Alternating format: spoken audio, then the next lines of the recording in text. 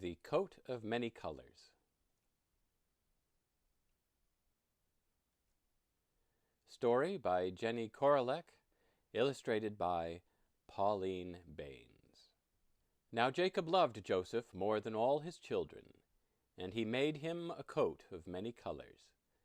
And when his brethren saw that their father loved him more than all his brethren, they hated him, and could not speak peaceably unto him.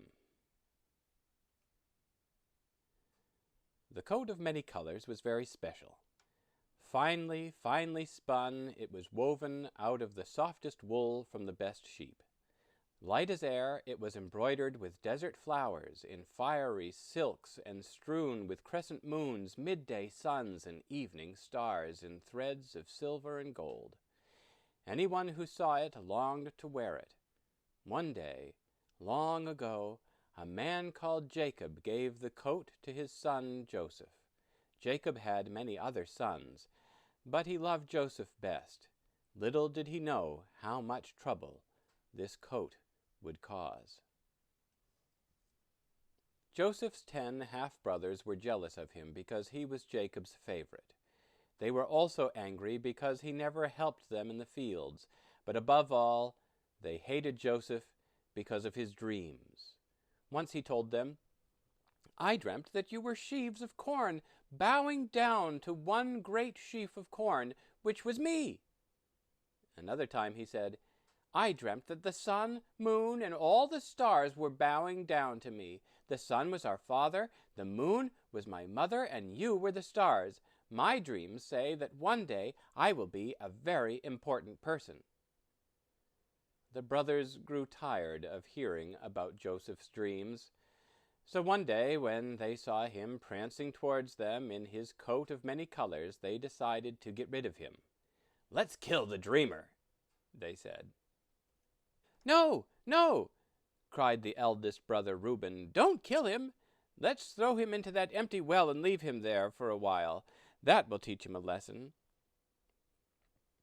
So the brothers tore the coat of many colors off Joseph's back, gave him a beating, and flung him down the well.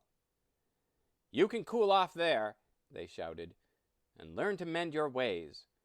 Reuben could not bear to hear Joseph's cries coming from the well. He went away and hid, waiting for a chance to rescue his brother. For 3 days Joseph lay in the dark well, hungry, cold, thirsty, battered, and bruised. "If I ever get out of here," he vowed, "I will never boast about anything again." On the 3rd day, a long line of camels appeared through the desert haze.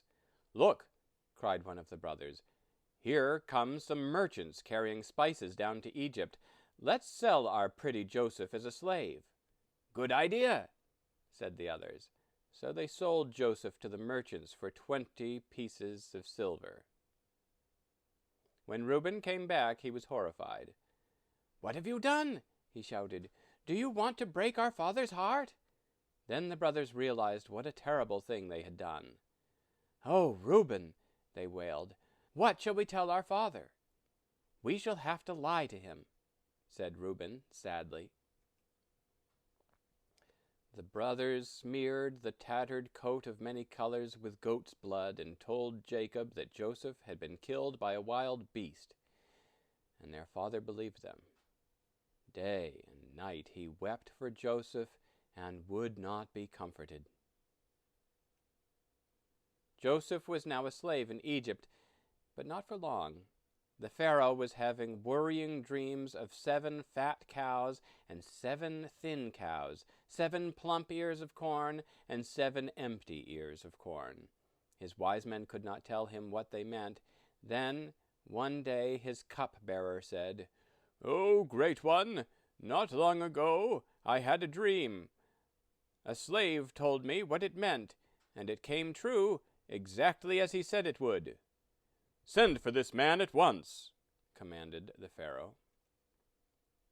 Joseph came and knelt before the Pharaoh. "O great one," he said, "your dreams are telling you to store all the grain in Egypt while the harvest is good. because there is going to be a terrible famine." The Pharaoh listened to Joseph's advice. He even put him in charge of the corn stores.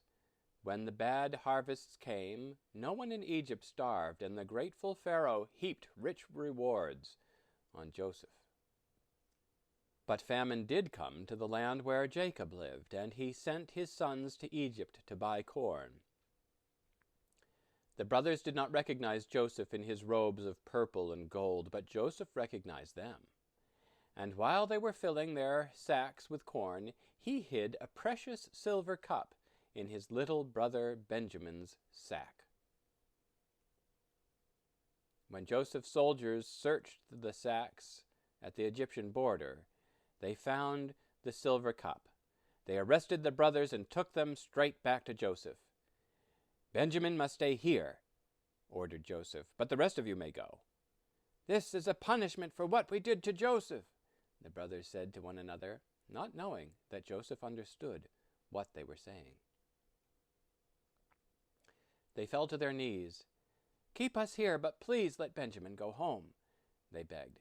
"You see, our brother Joseph died long ago, and it broke our father's heart. If he never sees Benjamin again, it will surely kill him." Then Joseph knew that his brothers had changed as much as he had. "Don't you recognize me?"